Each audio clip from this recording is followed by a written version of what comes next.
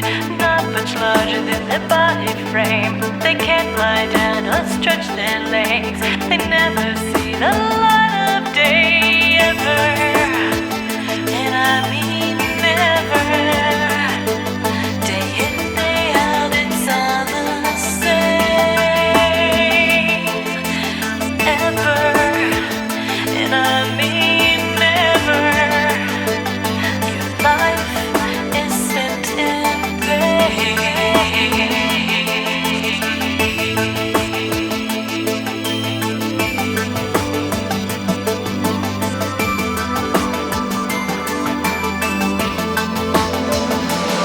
How is it?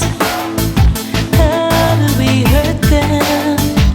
We turn our heads from their pain with no regard to how they're feeling. They spend their lives in such disdain.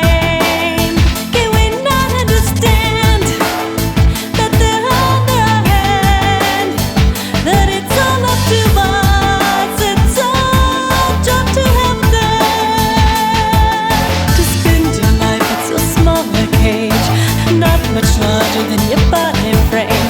You can't lie down or stretch your